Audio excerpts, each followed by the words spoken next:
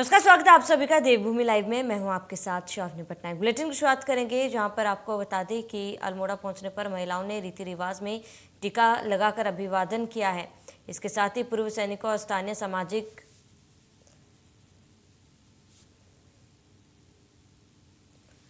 अल्मोड़ा के circuit house में महिला स्वयं सहायता समूह के यहाँ के पारंपरिक वस्तुओं और उत्पादों का निरीक्षण किया। साथ ही महिलाओं के द्वारा बनाए केक और चाय का भी जायका लिया।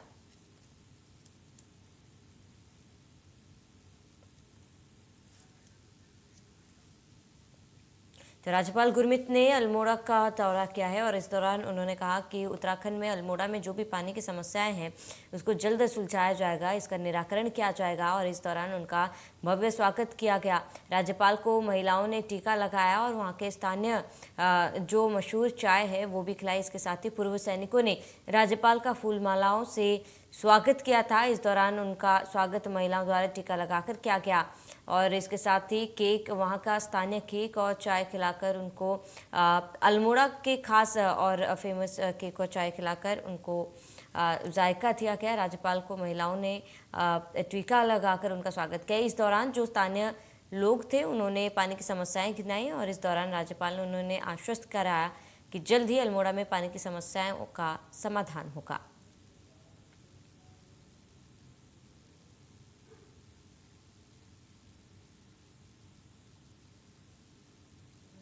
सबसे पहले मेरा आप सबको जय हिंद।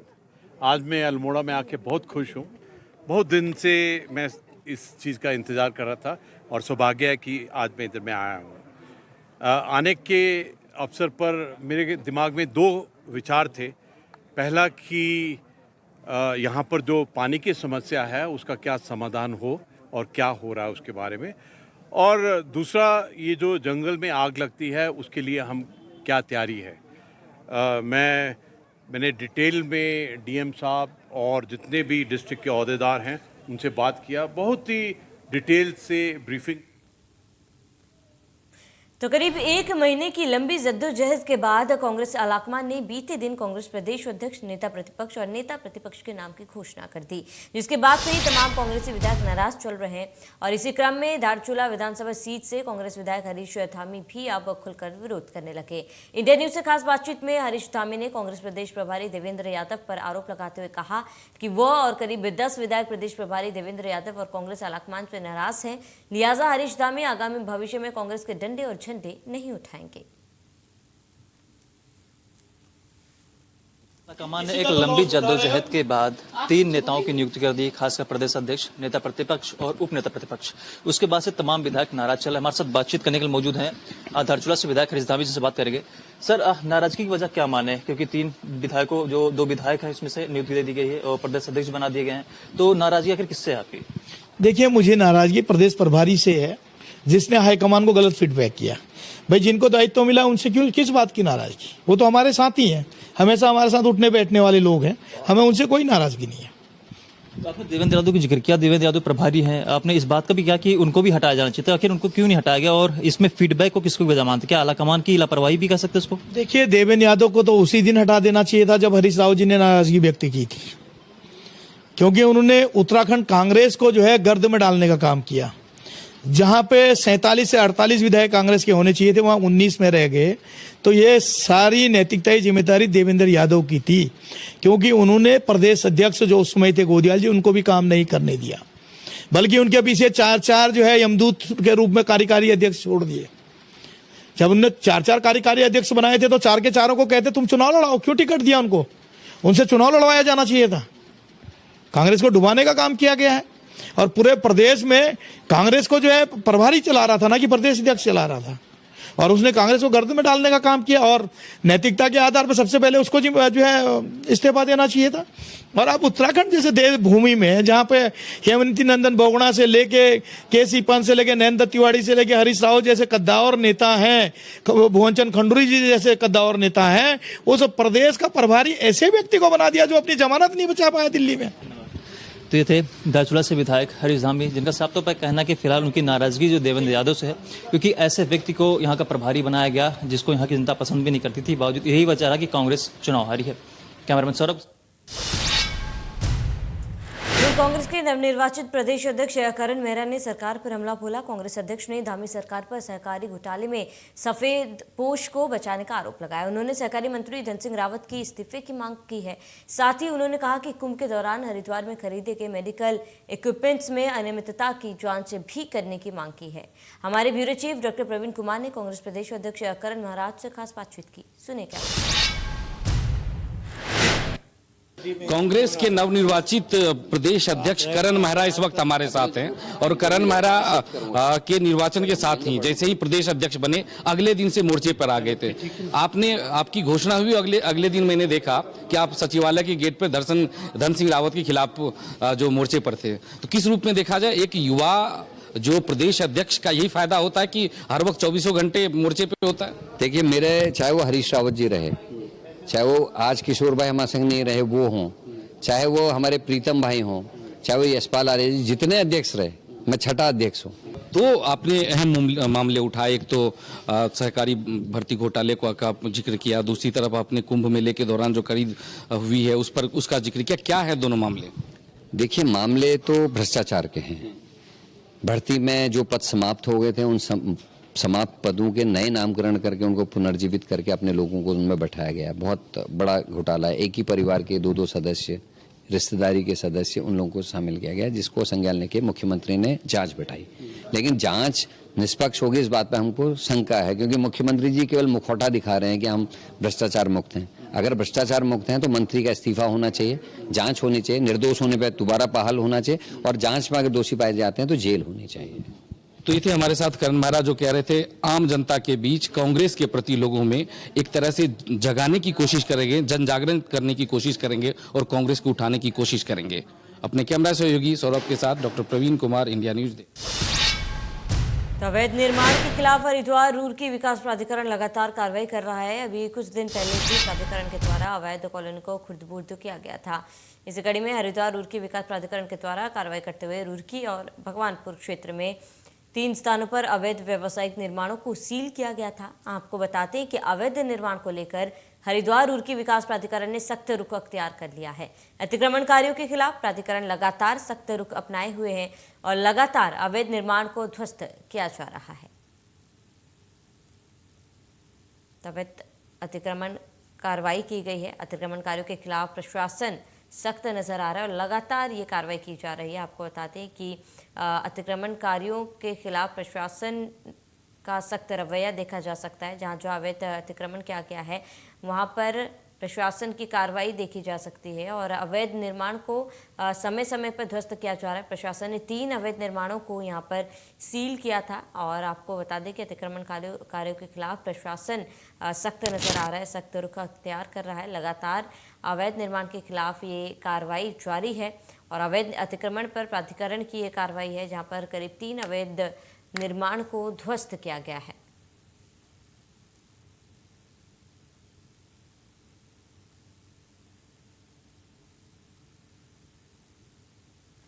तो अवैध अतिक्रमण पर प्राधिकरण की ये लगातार कार्रवाई है।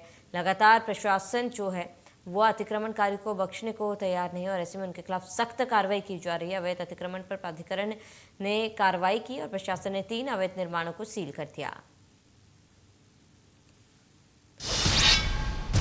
तो सरोवर नगरी के अयार पाटा क्षेत्र में बीती रात किसी अज्ञात व्यक्ति के द्वारा लगभग 8 काखिस के हरे पेड़ों पर आरी चला दी गई। साथ ही एक अंगूर का पेड़ भी काट डाला। वहीं सुबह राहगीरों ने जब पेड़ को रास्ते में गिरा देखा तो इसकी सूचना वार्ड के सभासद मनोज जगाती को दी है। वहीं सभासद जगाती ने तुरंत वन विभाग को सूचित किया और इस पर आनन फानन में डीएफओ बीजू लाल टीआर मौके पर पहुंचे, घटना की तुरंत जांच के आदेश दिए। वहीं सभासद मनोज जगाती ने कहा कि पेड़ काटने वाले के खिलाफ कड़ी कार्रवाई नहीं हुई तो आत्मभाग करने की चेतावनी दे दी है, जिससे वन विभाग के हाथ पांव फूल गए और आनन फानन में अज्ञात के खिलाफ कोतवाली के एफआईआर दर्ज करने के साथ साथ गहनता से जांच करने की भी बात कही है।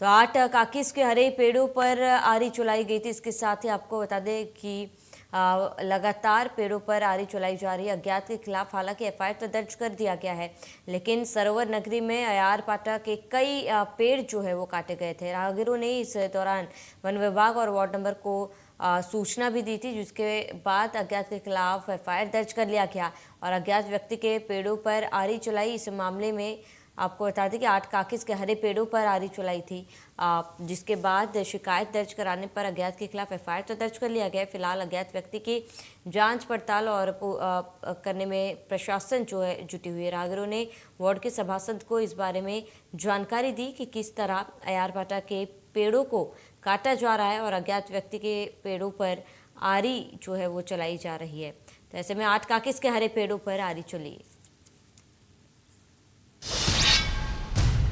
उत्तराखंड अधीनस्थ सेवा चयन आयोग द्वारा आयोजित की गई वीडियो भर्ती परीक्षा का रिजल्ट जारी होने के बाद परीक्षार्थियों में नाराजगी है। आयोग द्वारा 3 पालियों में ये परीक्षा कराई गई थी, वहीं अभ्यर्थी एक ही पाली में परीक्षा कराने की मांग कर रहे हैं। इस मामले में अभ्यर्थियों ने हरिद्वार में पूर्व कैबिनेट मंत्री स्वामी यतीश्वरानंद से मिलकर अपनी समस्याएं बताई और उन्हें ज्ञापन भी दिया। वहीं स्वामी यतीश्वरानंद ने भी अभ्यर्थियों की समस्या मुख्यमंत्री के सामने रखने की बात कही है।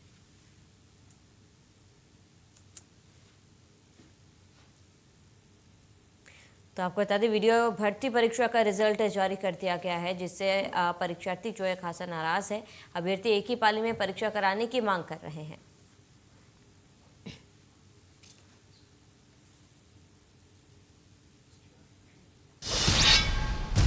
इसी बीच एक बड़ी जानकारी से आपको रूबरू कराते हैं। इस वक्त की बड़ी खबर, अहम जानकारी, जहां पर आपको बता दें कि वैशाखी पर्व पर धर्मनगरी हरिद्वार में जनसैलाब उमड़ा है। बड़ी जानकारी, घाटों पर बड़ी संख्या में श्रद्धालु गंगा स्नान कर रहे हैं। बिना कोविड गाइडलाइंस के होने वाला पहला स्नान है ये। बड़ी जानकारी आपको बता दें, पूरे मेला क्षेत्र को 15 जोन 38 सेक्टरों में बांटा गया। तो इस वक्त की बड़ी जानकारी, अहम खबर से आपको रूबरू करा रहे हैं। वैशाखी पर्व पर धर्मनगरी हरिद्वार में जनसैलाब उमड़ पड़ा है और घाटों पर बड़ी संख्या में श्रद्धालु गंगा स्नान कर रहे हैं। बड़ी जानकारी आपको बता दें, बिना कोविड गाइडलाइंस के ये स्नान जो है पहला स्नान है और पूरे मेला क्षेत्र को 15 जोन 38 सेक्टरों में बांटा गया है। तो हरिद्वार में भारी वाहनों के प्रवेश पर फिलहाल प्रतिबंध लगा दी गई। बड़ी जानकारी आपको बता दें, यहाँ पर वैसाखी पर्व पर धर्मनगरी हरिद्वार में जनसैलाब उमड़ा है। वही ज्यादा जानकारी के लिए संवाददाता धर्मेंद्र चौधरी हरिद्वार से हमारे साथ जुड़े हैं। धर्मेंद्र, क्या कुछ तस्वीरें हैं, क्योंकि आज जनसैलाब उमड़ पड़ा है हरिद्वार में, वैसाखी का पर्व है, वहां पर क्या कुछ तस्वीरें, लोगों में कितने उत्साह? देखिए, आज वैसाखी का पर्व है और सबसे बड़ी बात यह है कि 2 साल के बाद करीब जो कोविड काल रहा है, उसके बाद ये पहला मौका है कि जिसमें कोई गाइडलाइन नहीं है, आप कोई के यहाँ पर स्नान कर सकते हैं। तो बड़ी संख्या में, कह सकते हैं लाखों की संख्या में श्रद्धालु यहाँ पर पहुंचे हुए हैं। सुबह से ही यहाँ पर गंगा घाट पूरी तरह से फुल हैं और जो आने वाले श्रद्धालु हैं वो स्नान कर रहे हैं और कल से ही पूरे जितने होटल, लॉज और यहाँ पर धर्मशालाएं हैं तो यात्रियों से खचाखच भरी हुई है। सब पूरी तरह से हरिद्वार कह सकते हैं इस समय पैक हैं और लाखों की संख्या में देश भर से यहाँ श्रद्धालु पहुंचे हुए हैं, गंगा स्नान सुबह से कर रहे हैं। बिल्कुल, क्योंकि धर्मेंद्र, वहाँ पे तमाम गाइडलाइंस के साथ ट्रैफिक को भी खोला गया है। कई जगह पर भारी वाहन जो है फिलहाल उत्तराखंड में प्रवेश नहीं है भारी वाहनों का। इसको लेकर क्या कुछ जानकारी, रूट डाइवर्शन को लेकर क्या जानकारी? देखिए, चूंकि लाखों की संख्या में भीड़ पहुंची हुई है तो उसे देखते हुए जिला प्रशासन ने पूरी तैयारी की हुई है और कल से ये जो भारी वाहन है उनकी हरिद्वार में एंटी बैन कर दी गई है और जो छोटे वाहन है जो श्रद्धालुओं के आने हैं वो पार्किंग में पार्क किए जाएंगे और उसकी भी व्यवस्था की गई है। अगर जो शहर के अंदर की पार्किंग है, जो हर की पैड़ी के आसपास की पार्किंग है, अगर वो फुल हो जाती हैं तो बाहर पार्किंग की व्यवस्था की गई है। तो कई जो प्लान है वो यहाँ पर ट्रैफिक को देखते हुए पुलिस ने बनाए हैं, जिसपे चप्पे चप्पे पर सुरक्षा को देखते हुए भी पुलिस तैनात की गई है और कई जोन बनाए गए हैं। जो वैसाखी का आज स्नान है, जो आने वाले श्रद्धालु हैं उन्हें कोई दिक्कत ना हो और आसानी के साथ वो स्नान करके अपने गंतव्यों को वापस जाएं, तो सभी को देखते हुए सुरक्षा के इंतजाम किए गए हैं। जो भारी वाहन है जिनकी वजह से लंबा लंबा जाम लगता है, उनकी एंट्री पर यहाँ पर रोक लगा दी गई। बिल्कुल धर्मेंद्र, तमाम जानकारी के लिए आपका बहुत बहुत शुक्रिया।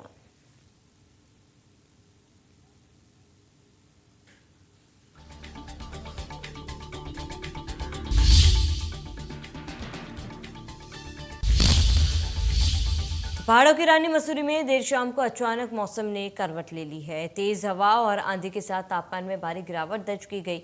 वहीं हल्की बूंदाबूंदी भी हुई। मौसम के बदलने से मौसम सुहाना हो गया। तेज हवा और बारिश होने से तापमान में गिरावट के बाद लोगों को ठंड का एहसास होने लगा। बदले मौसम का देश विदेश से मसूरी आ रखे पर्यटक जमकर लुत्फ उठा रहे हैं। वहीं निचले इलाकों में इन दिनों गर्मी काफी बढ़ रही है, जिससे निजात पाने के लिए पर्यटन पहाड़ी क्षेत्रों का रुख कर रहे हैं।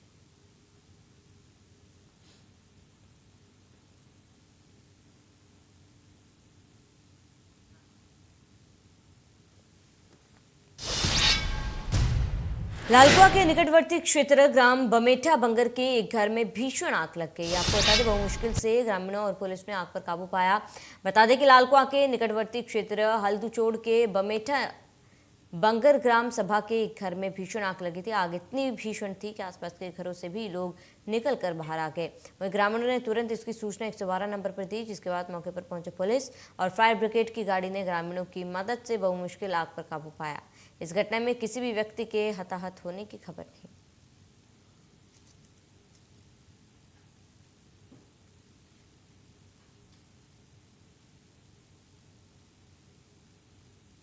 पा लिया, शॉर्ट सर्किट से संभावना की जा रही है। क्या थोड़ी बहुत सामान रसोई का जला है और आग बुझ गई है पूर्ण रूप से। और बिजली की लाइन काट दी गई है। जब तक वायरिंग पूरी नहीं होगी, दोबारा रिपेयर नहीं होगा, तब तक मैंने कह दिया इनको कि तब तक ये जो है लाइन नहीं खोलेंगे। तो आग के कारण का कुछ पता लगा? आग का कारण विद्युत शॉर्ट सर्किट ही संभावना की जा रही है अभी, क्योंकि वहाँ पर फ्रिज रखा था। फ्रिज से ही वहाँ पर बोर्ड लगा है। बोर्ड का जो तार जला है उससे संभावना की जा रही है कि उससे हीट से हुआ है, शॉर्ट सर्किट हुआ है। मेरे ख्याल से शॉर्ट सर्किट होने के कारण ना स्टेबलाइजर में लगी, उसके बाद स्टेबलाइजर से वॉशिंग मशीन में लग गई, तो फिर आगे हम बढ़ नहीं सके उसके कारण। बस 2 मियां बीबी हैं, हम घर के अंदर ही थे, हम 2 जने। तो कैसे निकले बाहर? हिमाचल में है। और कैसे निकले? तो यहाँ से हम यहीं पर से निकले, थोड़ा सा रास्ता निकाल के घुट्टे टेक कर आए। बाहर निकलने का रास्ता ही नहीं था ना बिल्कुल भी।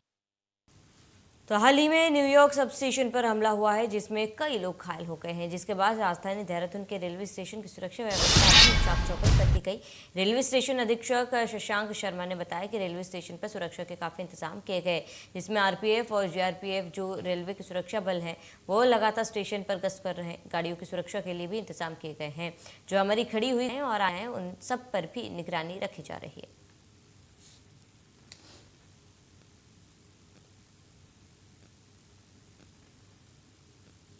रेलवे स्टेशन पर सुरक्षा के काफ़ी इंतजाम किए गए हैं, जिसके लिए आरपीएफ और जीआरपी जो हमारे सुरक्षा बल हैं वो लगातार स्टेशन पर गश्त कर रहे हैं।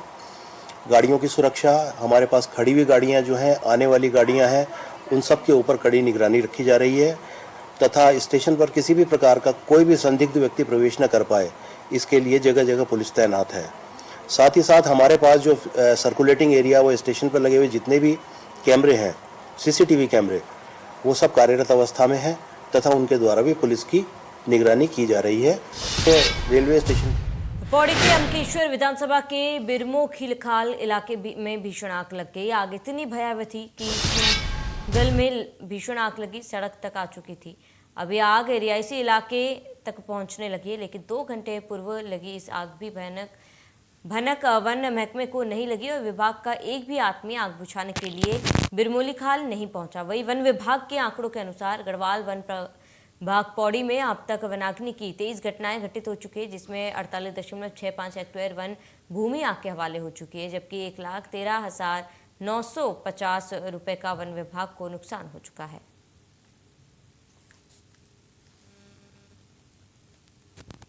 जंगलों में इस दिनों आग का कहने बना चुका है। लगातार क्षेत्र में वन विभाग के अधिकारी लाख दावे कर रहे हैं कि आग पे हम काबू पाया जाएगा। अब स्थानीय लोग यहाँ पे अपने घरों के जो पाइप है उनको लेके यहाँ पे, ताऊ जी क्या कारण है, कब से ये आग लगी है?